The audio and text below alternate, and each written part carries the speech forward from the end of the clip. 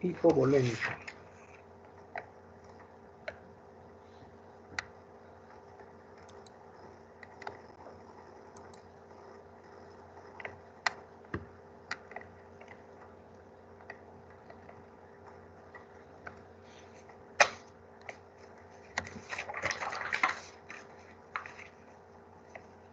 En pediatría, cuando ustedes estén haciendo las consultas más frecuentes van a ser probablemente relacionadas con la presencia de fiebre, con problemas respiratorios y con problemas gastrointestinales. Dentro de los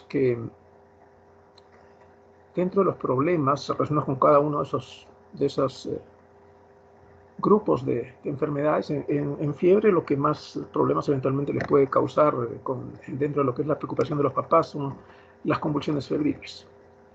Dentro de lo que es un problema respiratorio, una neumonía. Y dentro de lo que son los problemas gastrointestinales, la causa más frecuente de problemas de ese tipo son las infecciones intestinales con vómitos y diarreas, con fiebre habitualmente agregado. Como complicación, el shock hipovolémico. En pediatría, dentro de las causas de shock distributivo asociado a una sepsis, a una anafilaxia, el cardiogénico por cardiopatías congénitas, miocarditis, arritmias, los shocks obstructivos, que son tal vez los más raros por taponamiento cardíaco, una pericarditis, un neumotraje de tensión. Dentro de los tipos de shock, el más frecuente es el shock hipovolémico. Entonces, en pediatría, ¿lo van a ver? Es probable que sí. Hasta hace unos años, hasta antes de que apareciera la vacunación contra el rotavirus, era una causa muy frecuente de hospitalización y veíamos en emergencia con mucha frecuencia niños chocados con pérdidas de volúmenes importantes asociados a problemas diarreicos. El año 92, que hubo la epidemia del cólera, eso alcanzó su clímax. Con el advenimiento de la vacunación contra el rotavirus, eso bajó muchísimo. Ahora, en realidad, casi no hospitalizamos pacientes asociados con ese problema. Seguimos atendiendo en emergencia las formas moderadas de esta infección, pero siempre caen uno que otro niño chocado todavía asociado con un problema diarreico. Así que en el año que ustedes van a estar trabajando como médicos generales, es muy probable que les toque algún niño, probablemente lactante, que es el que más sufre de este problema, con un shock hipovolémico. Así que es importante aprender a reconocerlo, porque dependiendo de la prontitud con la cual lo reconozcan y lo traten, va a haber diferentes diferencias en el pronóstico. Así que vamos a centrarnos básicamente en eso. Lo definiríamos como un síndrome clínico en el cual hay disminución del volumen sanguíneo efectivo, o sea, el que mantiene una presión arterial media adecuada, con insuficiencia general de la perfusión tisular a todo nivel, con repercusión en todos los órganos, y con alteración de los mecanismos homeostáticos que pueden llegar o no a compensar este fenómeno, con redistribución del flujo sanguíneo, que es una respuesta importante dentro de la fisiopatología del shock hipovolémico. Las consecuencias a nivel celular, molecular, van a verse como hipoxia tisular, dado que se interrumpe el metabolismo anaeróbico, se va al metabolismo anaeróbico, se va a generar acidosis con aumento del ácido láctico y CO2, cuya consecuencia final es que va a haber una generación insuficiente de energía, insuficiente para mantener las funciones básicas de las células, entre las cuales están, por ejemplo, la síntesis de proteínas y el mantenimiento de la dinámica de la membrana celular. Está comprobado que basta que haya una diferencia de 1 milímetro de presión de oxígeno intracelular para que se modifique el metabolismo celular aeróbico hacia el anaeróbico. Así que la hipoxia secundaria a la isquemia y la falta de generación de energía por el metabolismo anaeróbico van a tener que ver mucho con este daño celular que puede llegar a ser irreversible.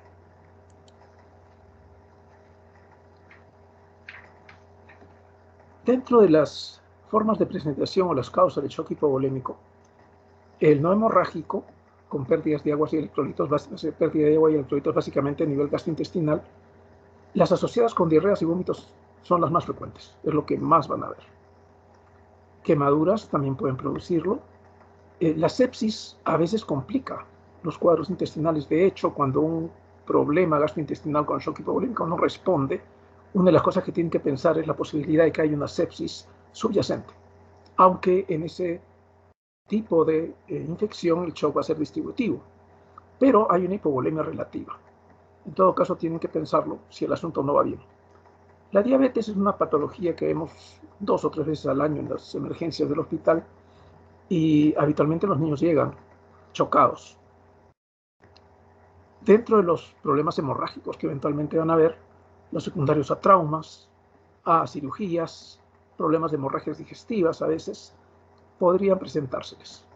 Y los relacionados con la generación de terceros espacios, como por ejemplo en niños que hagan ilios de diferentes causas, o que lleguen con algún problema relacionado con, por ejemplo, un edema generalizado, una nasarca, o un problema ascítico. Dentro de todo esto, lo que más oportunidades van a tener de ver van a ser los cuadros asociados con diarreas y vómitos. En epidemiología, esta forma de shock, el hipovolémico, es la forma más prevalente en la infancia dentro de los 4 que mencionamos. Los lactantes menores de 2 años son los más vulnerables porque ellos tienen una proporción de agua corporal mayor que en otras edades. La diarrea es la causa más frecuente, representan, defendiendo el lugar, entre el 5 y el 20% de consultas en emergencias, y va a tener una mortalidad variable según el centro de atención al cual llegue el niño. Cuando se produce un problema diarreico, va a haber una serie de factores que van a tratar de compensar los fenómenos hemodinámicos que se van a producir a consecuencia de esa pérdida de volumen efectivo, con una descarga masiva de catecolaminas adrenérgicas, adrenalina, noradrenalina, secundaria a la acción de los vasoreceptores y quimiorreceptores, que van a detectar alteraciones en la presión o alteraciones en la concentración de oxígeno. El sistema renina-angiotensina-aldosterona, la hormona antidiurética, todo ello va a tratar de compensar esas pérdidas, ¿no? Retención de sodio y agua, disminución de la diuresis, vasoconstricción periférica, aumento de la frecuencia cardíaca y el gasto cardíaco. Los fenómenos que se van a producir en un primer momento habitualmente están relacionados con esto. El niño va a poder compensar más o menos hasta un 15% de pérdida del volumen intravascular. Luego de eso ya va a haber disminución del gasto cardíaco y de la presión arterial. El objetivo de la respiración y la circulación, ustedes lo saben, es el suministro de oxígeno y eliminación de productos del catabolismo celular, ambas cosas. La compensación se va a dar ¿cómo? En un principio, cuando se produce la pérdida de líquido, lo primero que va a tener un niño es sed. Consecuentemente, simultáneamente, muy rápidamente va a comenzar a haber un aumento de la frecuencia cardíaca según el grado en el cual se vayan produciendo las pérdidas de líquidos. Va a haber un aumento de resistencia vascular sistémica con un fenómeno reflejo por la respuesta a las catecolaminas circulantes con vasoconstricción periférica, un aumento de la contractilidad del músculo cardíaco, un aumento del tono venoso, que va a ser como una autotransfusión. Los vasos de capacitancia, los vasos venosos se van a contraer y van a llevar más sangre al corazón. Va a haber una redistribución del flujo con una limitación esplácnica.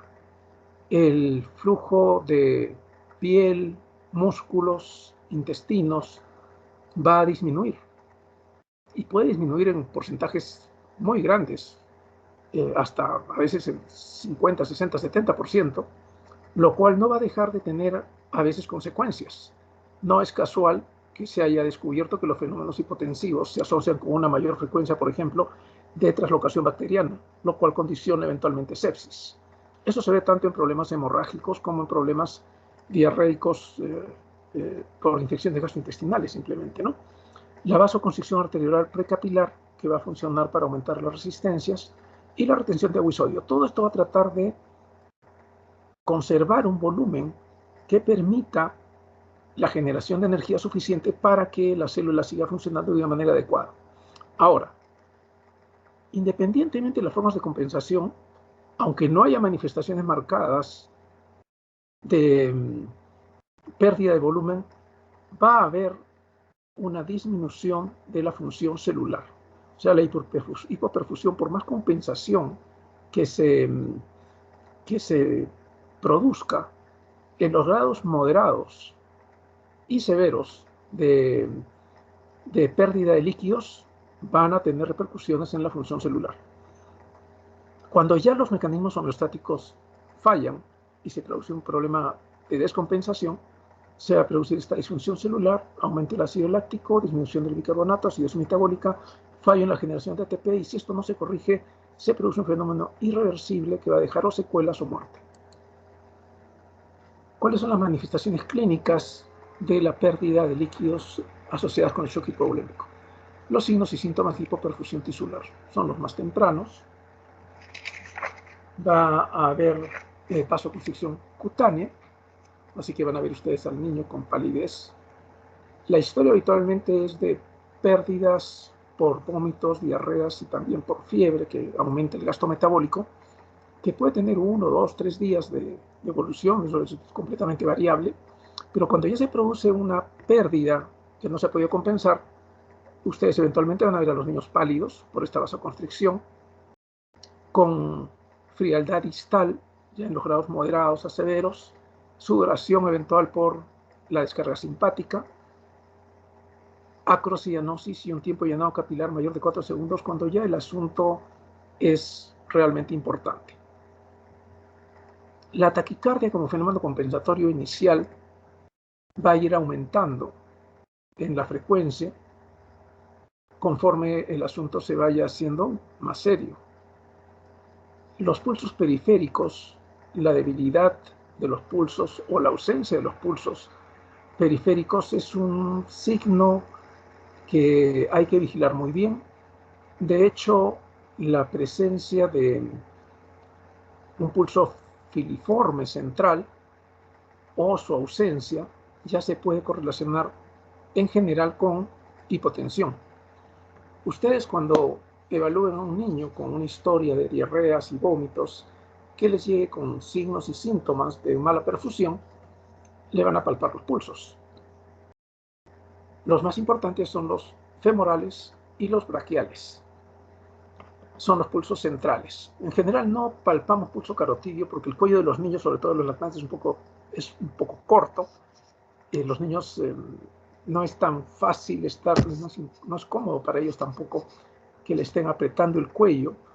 Así que en general se recurre más a la palpación de los pulsos femorales y braquiales. Los pulsos femorales se pierden primero cuando la pérdida de volumen ha sido importante. Y ya les indica en general que hay una pérdida, que hay una disminución de presión que todavía no va a estar necesariamente correlacionándose con un shock, con hipotensiones en los percentiles que se relacionan con shock. Pero ya les está anunciando que están cerca de que se produzca. Si además de eso ya hay debilidad de pulsos braquiales, en general eso se asocia con presiones arteriales por debajo de 50 milímetros. O sea, ustedes cuando tienen ausencia de pulsos centrales, femoral y braquial, ya pueden asumir, aunque no tengan una medición de presión arterial, que el niño está hipotenso. Se va a asociar también a ello oliguria, una diuresis que en general es menor a 1 mililitro por kilo hora, una alteración variable del sensorio en grados que van del simplemente inquietud, agitación, a letargia y eventualmente coma, cuando ya se pierde un volumen muy 30-40% del volumen efectivo. Alteraciones del ritmo respiratorio con un aumento de la frecuencia, en principio, secundaria a la acidosis metabólica, y que se va a hacer más profunda conforme esta acidosis también se haga más seria. Tienen que tener siempre la precaución de ver que no haya signos agregados de insuficiencia cardíaca y sobre todo de una sepsis subyacente. Estos signos de baja perfusión en la piel, el retardo del llenado capilar, que normalmente es hasta 2 segundos, va a ser una manifestación temprana. Con más de 4 ya se puede asumir que la pérdida de volumen efectivo es bastante alta.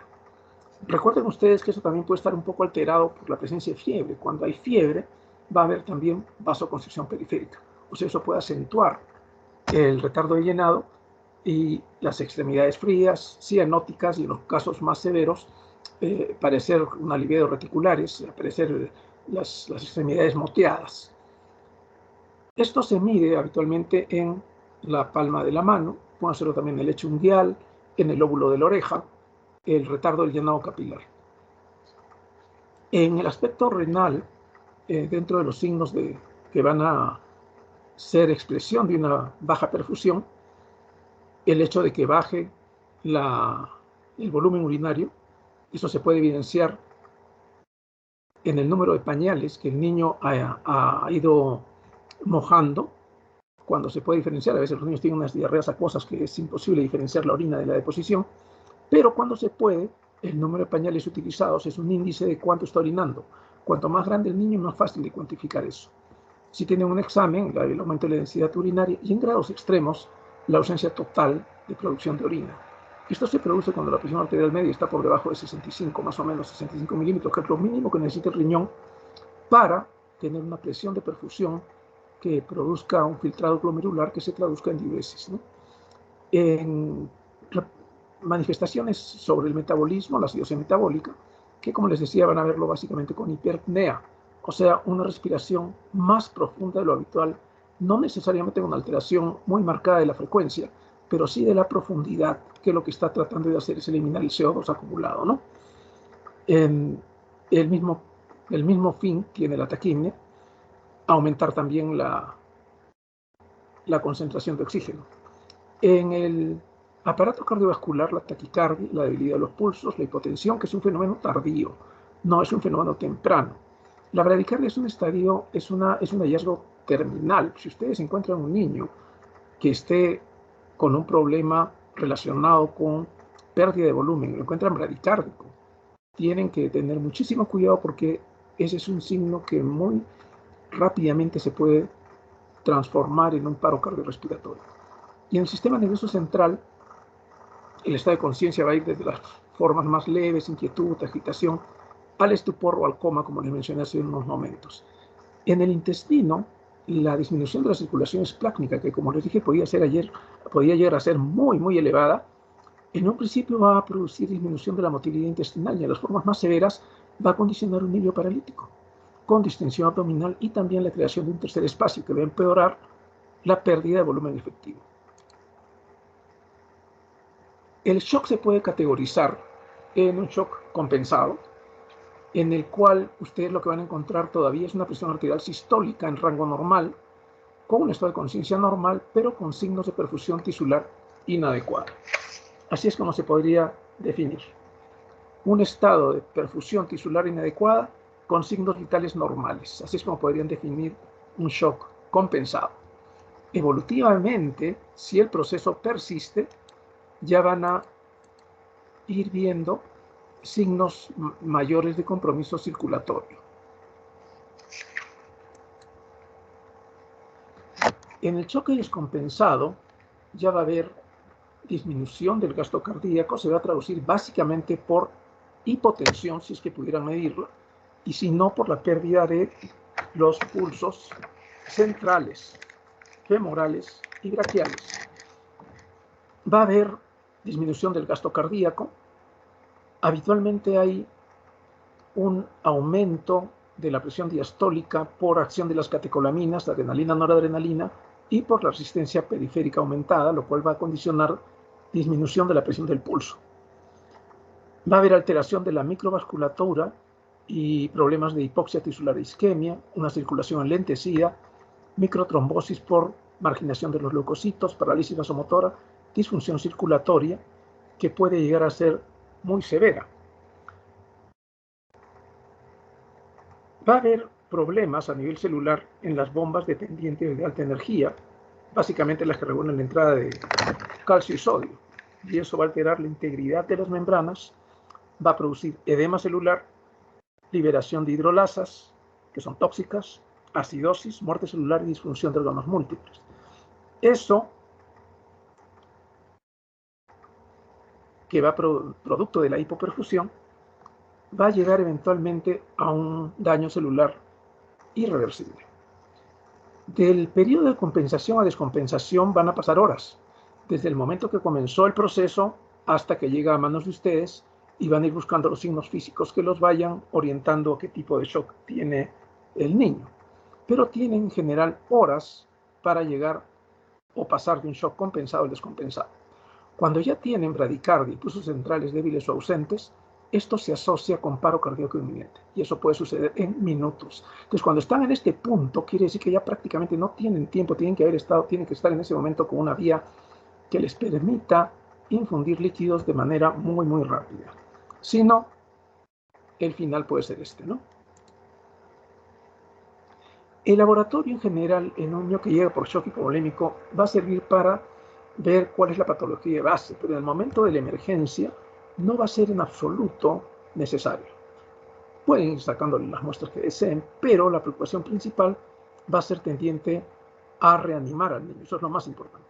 Este es el plan de trabajo en general de un niño que llega con un problema de los más comunes, con un problema diarreico, con una deshidratación severa y shock hipovolémico, en donde se va a buscar la causa de infección intestinal, eventualmente una infección urinaria en niños con problemas de infecciones de diarreas menores de 2 años. Hasta el 10% de niños que tienen esto tienen una infección urinaria como causa, no es en el 100% de casos una infección intestinal. Pero bueno, esto es el plan de trabajo del laboratorio, que es una cuestión complementaria.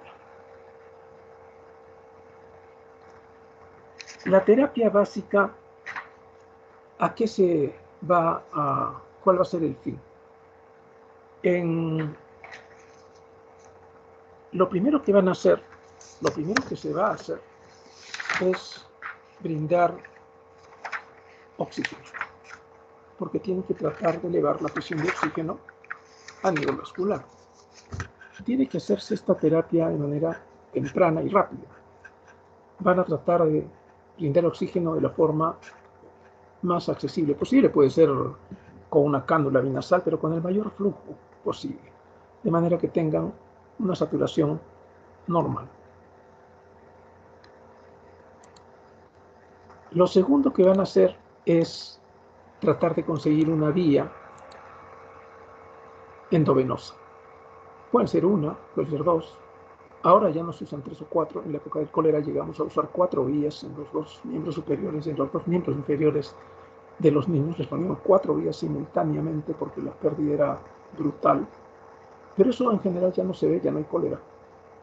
Ya no produce las manifestaciones que antes se veían. El hecho es que hay que tratar de conseguir una vía en los primeros 5 minutos de contacto con el paciente.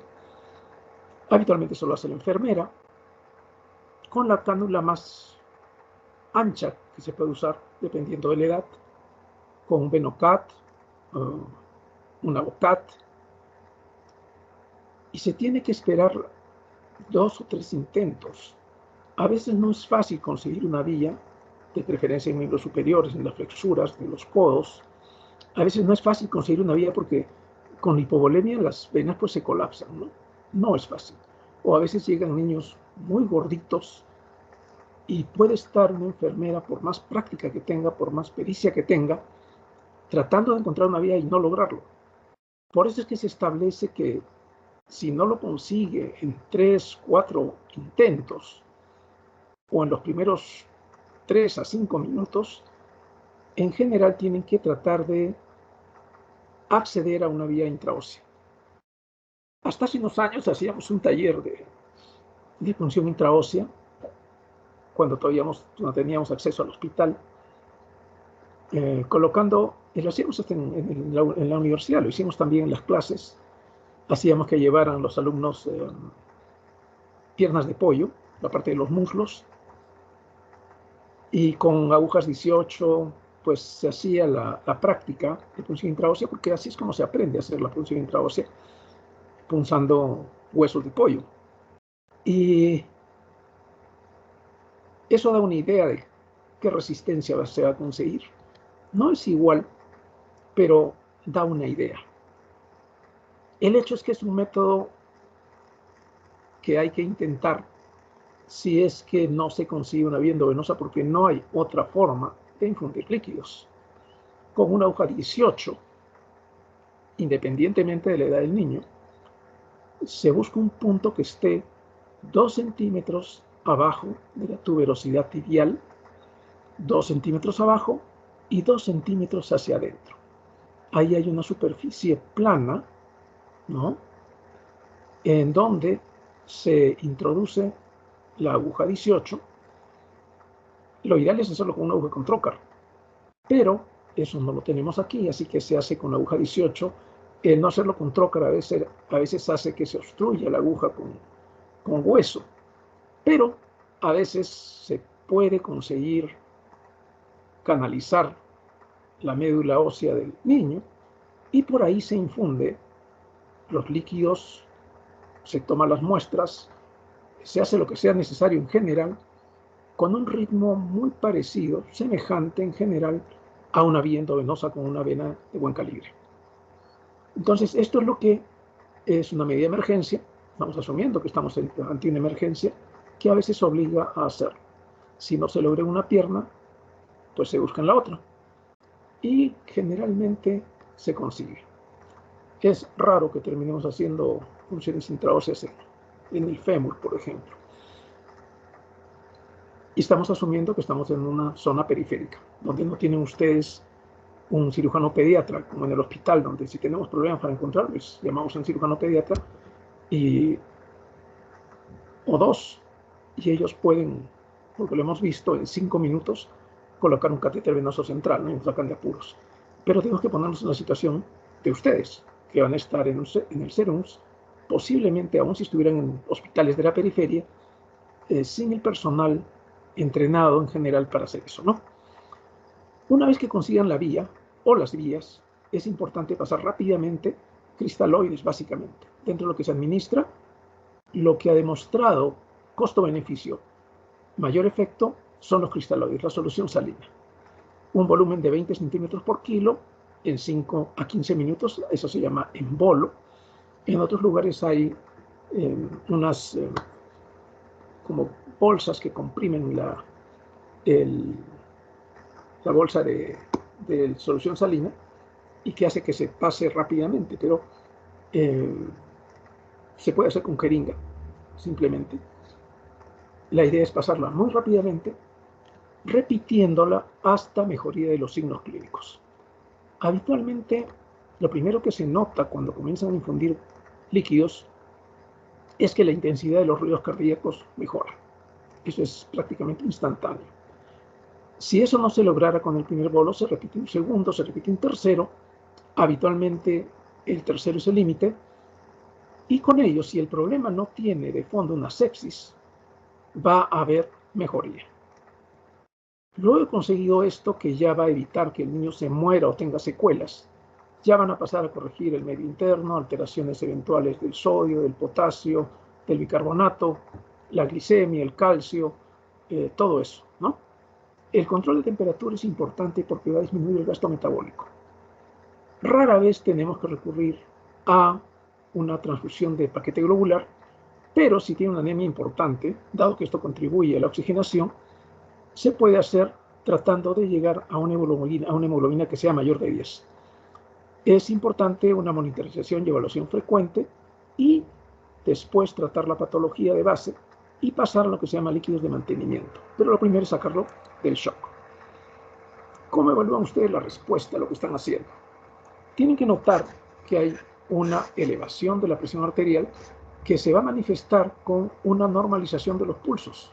y con una normalización de la intensidad de los ruidos cardíacos y con las manifestaciones periféricas de hipoperfusión que también van a revertir. Los pulsos y la intensidad de los ruidos cardíacos lo van a ver en un par de minutos, eso es muy rápido. Las manifestaciones periféricas lo van a ver en los siguientes 10-15 minutos. La mejoría de la diuresis en el transcurso en general de la primera hora y la mejoría del estado de conciencia también es bastante rápida. Después de ello se va a intentar con la después de la fase de corrección del déficit más importante, con la fase de mantenimiento, corregir las variables alteradas del medio interno. Y en caso de que esto no se produjera, ustedes tendrían que pensar, bueno, ¿qué está pasando? ¿Por qué un niño que llega aparentemente con un cuadro solo diarreico, infeccioso, no responde a lo que estoy haciendo si lo que estoy haciendo está teóricamente bien? Ahí tendrían que pensar ya en el diagnóstico diferencial. Lo que puede suceder, tal vez entre dentro de lo más frecuente, es que hay un problema séptico de fondo. Es raro que haya otro tipo de problemas, que esto sea salvo que el niño tenga una cardiopatía congénita, tenga, qué sé yo, un problema de inmunodepresión, sea un niño con VIH, que sea un niño desnutrido severo, lo cual en general ya no vemos. Estamos poniéndonos en lo más frecuente, ¿no? Entonces, en general, ustedes lo que deberían ver es que en la primera hora y mucho más en las 3 horas siguientes, el niño prácticamente revirtió todas las manifestaciones de hipovolemia que tenía. Si no mejorara, de todas maneras, hay que hacer el diagnóstico diferencial. Eventualmente hay que referirlo para manejarlo en una UCI donde va a requerir inotrópicos, un catéter venoso central y eventualmente ventilación mecánica.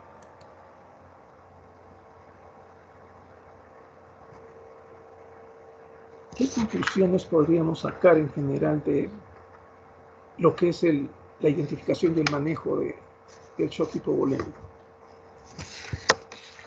Primero, que es una emergencia.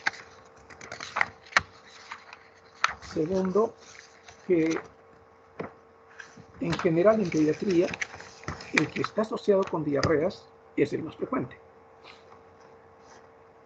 Los vómitos pueden deshidratar tanto como para llevar a un niño en shock. Sin diarreas es raro, pero el vómito se pierde mucho porque el vómito no solamente condiciona que elimine líquidos, sino que en general impide que los ingiera.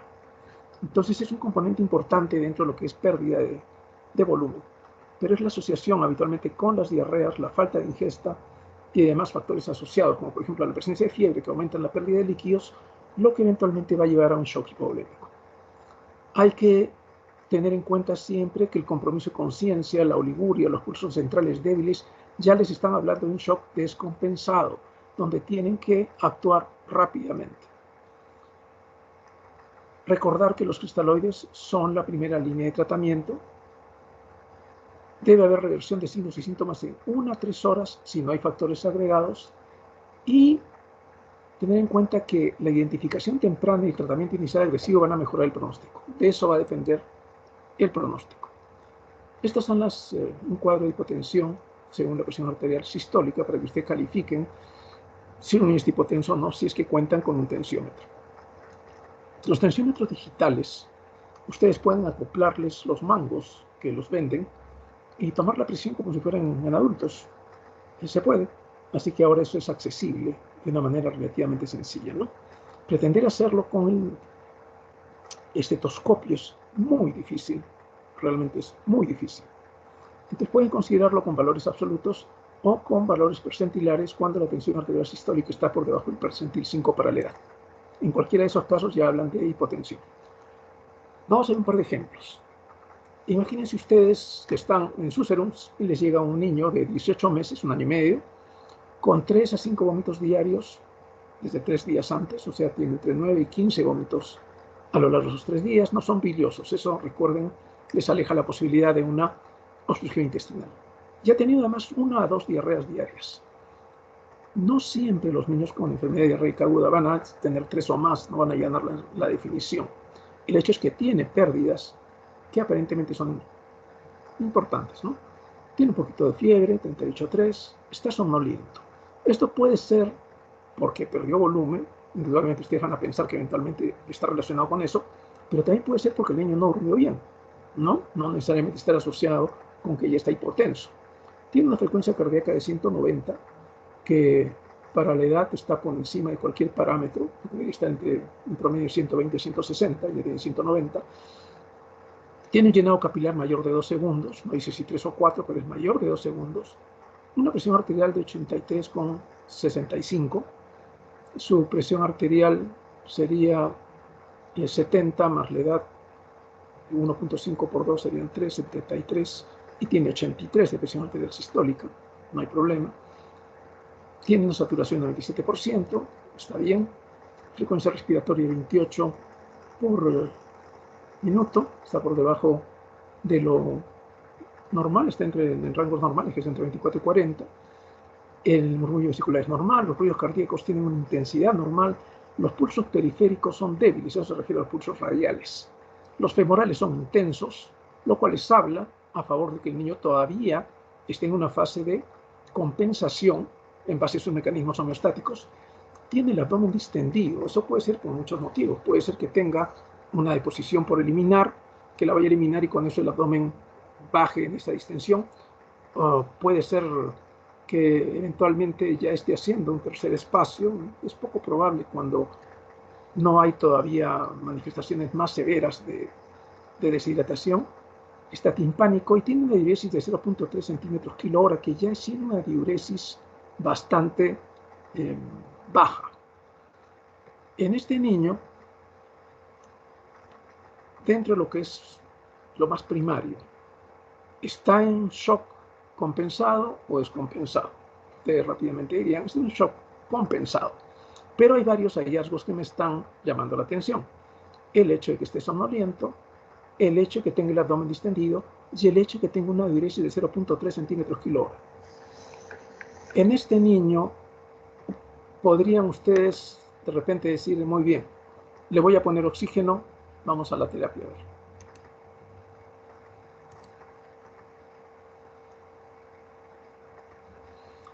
Le van a poner oxígeno, probablemente en este momento todavía no lo necesite, está saturando un 97%, tiene una frecuencia respiratoria normal. ¿Le van a poner una vía? Sí, probablemente no tenga mayor problema de colapso de vías, así que es probable que tengan la posibilidad de colocarle una vía endovenosa periférica. ¿Van a tener necesidad de ponerle cristaloides? Depende, ya tiene una diuresis bastante disminuida. Ustedes acá tendrían dos opciones, a pesar de que la clase no es de EDA, sino de shock hipovolémico. Este niño, estrictamente hablando, no está chocado. O sea que probablemente si ustedes le ponen simplemente un esquema terapéutico de manejo de deshidratación dentro de lo que el MINS estipula, van a lograr que no haya problemas.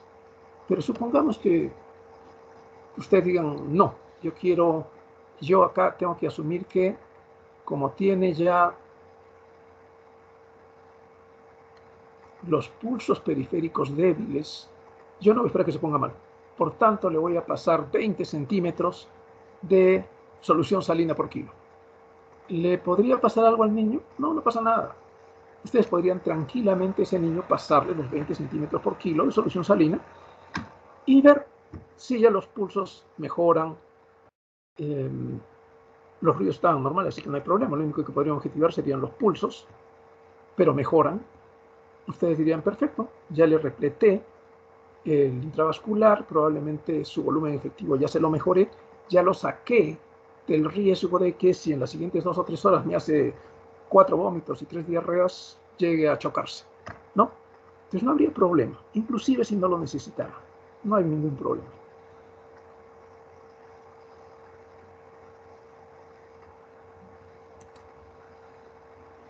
Este es otro niño. Un niño de 8 meses con tos, 12 diarreas y 6 vómitos en las últimas 24 horas.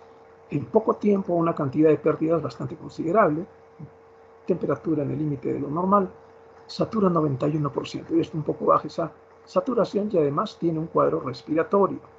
Tiene una frecuencia cardíaca de 170, para 8 meses está un poco por encima de lo normal, hasta 160, una frecuencia respiratoria de 34, que está todavía entre los parámetros normales. La presión arterial de 68/45, si ustedes ven aquí, en un niño que tiene de 1 mes a 1 año, su presión sistólica para límite de hipotensión sería menos de 70, y este niño tiene 68. Además, se correlaciona esto con el volumen de pérdidas, que es bastante importante. Tiene una oliguria marcada, está un poco anémico, y el examen está letárgico, o sea, ya hay compromiso de conciencia, está hiperapneico. Esto puede relacionarse con dos cosas: uno, con la acidez metabólica, o con un eventual cuadro respiratorio que eventualmente puede ser importante. Tiene un llenado capilar de 4 segundos y está muy alterado, acrocianosis, palidez, pulsos periféricos ausentes, centrales filiformes. Aquí no hay ninguna duda, es un paciente que ya tiene signos de shock descompensado. Y además tiene crepitantes en base derecha, o sea, la tos y esta alteración del patrón respiratorio probablemente tenga una causa mixta. El niño tiene un shock hipovolémico, además acompañado de un cuadro neumónico. O sea, este niño podría tener una sepsis de base.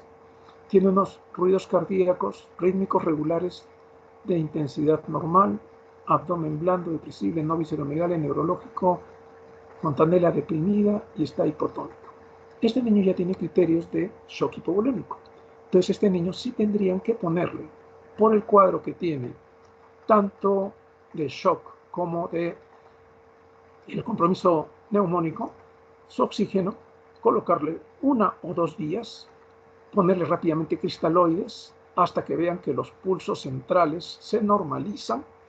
Eso de ruidos cardíacos normales es una cosa relativa, porque eso le puede parecer al examinador, para mí son normales, y para otro decir, no, estos ruidos cardíacos están deprimidos. Sería muy difícil pensar que un niño tenga los pulsos centrales filiformes con ruidos cardíacos normales. Habitualmente, cuando tiene ya los pulsos filiformes, los ruidos cardíacos también están disminuidos.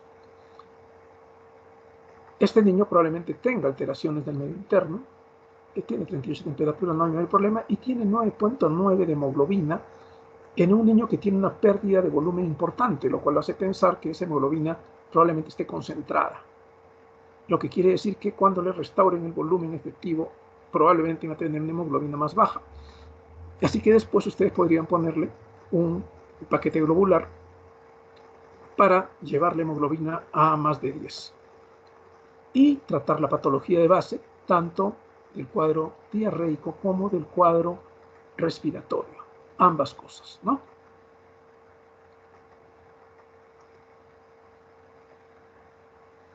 El shock, ¿cómo podríamos definirlo en base a estas preguntas? ¿Sería una inadecuada entrega de oxígeno para suplir demandas? Ustedes inmediatamente están pensando que sí. ¿Se definiría por hipotensión? Sí. ¿Se definiría por compromiso de perfusión periférica solamente? No. ¿Por gasto cardíaco disminuido? Solamente no. Esta es la definición metabólica molecular y esta es la definición física. Estos son hallazgos que se pueden ver en el camino del shock en un niño que ya tiene compromiso volumétrico, pero que puede estar todavía en una fase de shock compensado. Acá no ponen si compensado es compensado, así que si fuera la pregunta definición de shock, ustedes podrían poner que las 4 son serias, considerando que estas pueden ser parte de un shock compensado, esta en cualquiera de sus formas, y la hipotensión como parte de un shock descompensado. El límite inferior de la presión sistólica en el paciente, en el segundo, era 70. ¿Cuál es la más probable etiología de los dos casos? En el primero, un problema, no hay shock hipovolémico todavía, y en el segundo sería un hipovolémico y podría también, si es una sepsis, tener una repercusión secundaria de tipo distributivo si es que ya terminara siendo un problema séptico. Por anemia,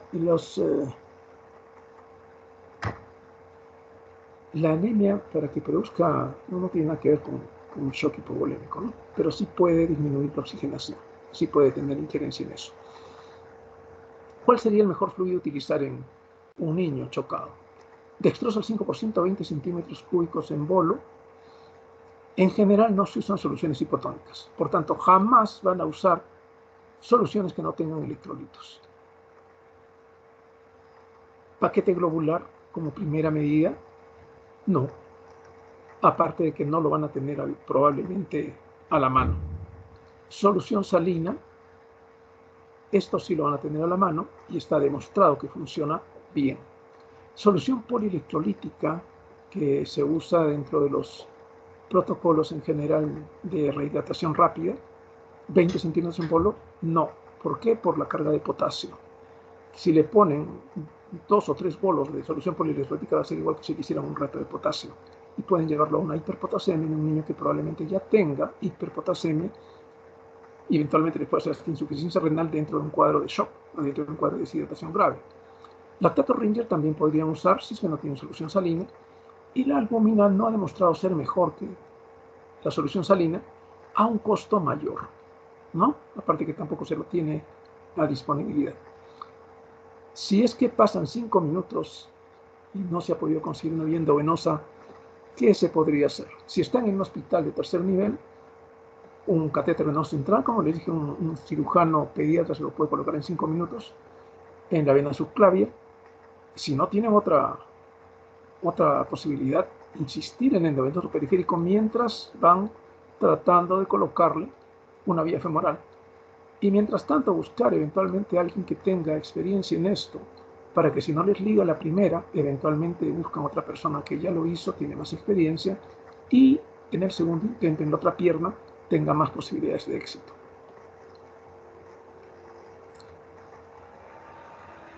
Una pregunta súper difícil para ustedes, no sé si podrán responderla realmente. Bueno, son las 4:15, exactamente 45 minutos. ¿Alguna pregunta?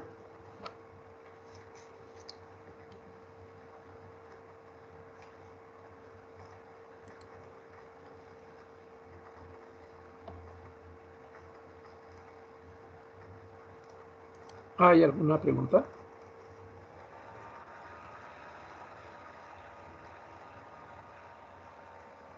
¿No hay preguntas, Catherine?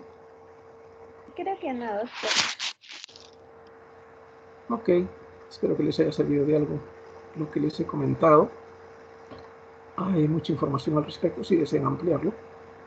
En todo caso, ya nos vemos.